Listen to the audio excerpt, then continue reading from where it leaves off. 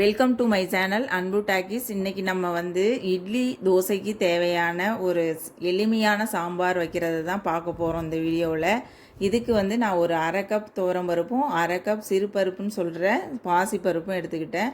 அதுக்கு சின்ன வெங்காயம், தக்காளி, பச்சை மிளகாய், மல்லித்தழை, ஒரே ஒரு பல் பூண்டு, இவ்வளோதாங்க இதுக்கு தேவை. இந்த பருப்புகளை ஈக்குவல் ரேஷியோவில் எடுத்து செய்யும்போது நல்ல ஒரு டேஸ்ட்டாக இருக்கும்.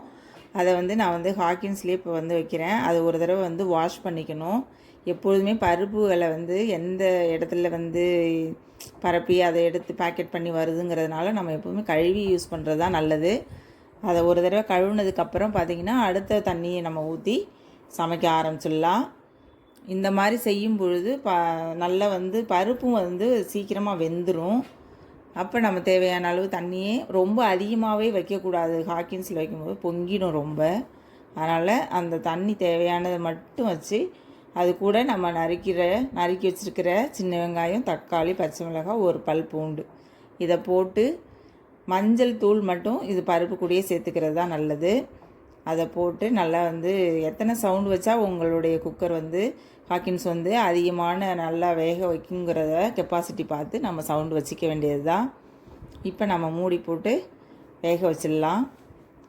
தேவையான அளவுங்கிறது மேக்ஸிமம் அதிகமாக வைக்காதீங்க, மீடியமாக வைங்க. தண்ணியை நல்லா வெந்துடும், சீக்கிரமே வெந்துடும். அதுலேயும் இல்லாமல் இந்த பருப்பு பாசிப்பருப்பு போடுறதுனால சீக்கிரமாக வெந்துடும். இப்போ பாருங்கள் வெந்தது எப்படி இருக்குன்னு. நல்லா வெந்துருச்சு பாருங்கள். ஒரு 5 சவுண்டு தான் வச்சேன், நல்லா வெந்துருச்சு. இதுக்கப்புறம் நம்ம சாதாரணமாக கரண்டி போட்டு சும்மா இப்படி பெரட்டும் பொழுதே நல்லா நைஸ் ஆகிடுச்சு.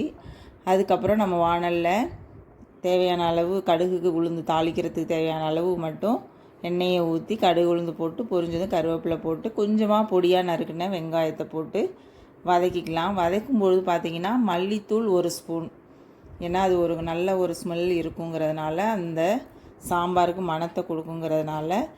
அடுத்து பார்த்திங்கன்னா கலருக்காக அரை ஸ்பூன் தனி மிளகாத்தூள் போட்டு சேர்ந்த மாதிரி வதக்கிக்கலாம். இந்த மாதிரி வதக்கும் பொழுது நல்ல அந்த சாம்பாரோட மனம் அதிகமாக நல்லா ஃப்ளேவர் நல்லாயிருக்கும். அது கூட நம்ம வேக வச்ச பருப்புகளை எடுத்து கொட்டிடலாம். தேவையான அளவு தண்ணி சேர்த்துக்கலாம். உப்பு அதுக்கு தேவையான அளவு சேர்த்துக்க வேண்டியது தான். பெருங்காய பொடியும் மணத்துக்காக சேர்த்துக்க வேண்டியது. எல்லாம் சேர்ந்து கொதிக்கிறது 2 நிமிஷம் கொதித்தாலே போதும். ஏன்னா ஏற்கனவே எல்லாமே நல்லா வெந்துருச்சிங்கிறதுனால அதிகமாக கொதித்து டைம் அதிகமாக கேஸ் செலவு பண்ண வேண்டியதில்லை. இது ரொம்ப ரொம்ப ரொம்ப பிகினர்ஸ் நல்லா ஈஸியாக செய்யலாம்.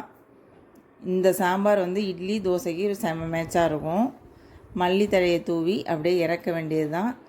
இந்த ஒரு எளிமையான சாம்பாரை நீங்களும் எப்படி இருக்குங்கிறத செஞ்சு கமெண்ட் பண்ணுங்கள்.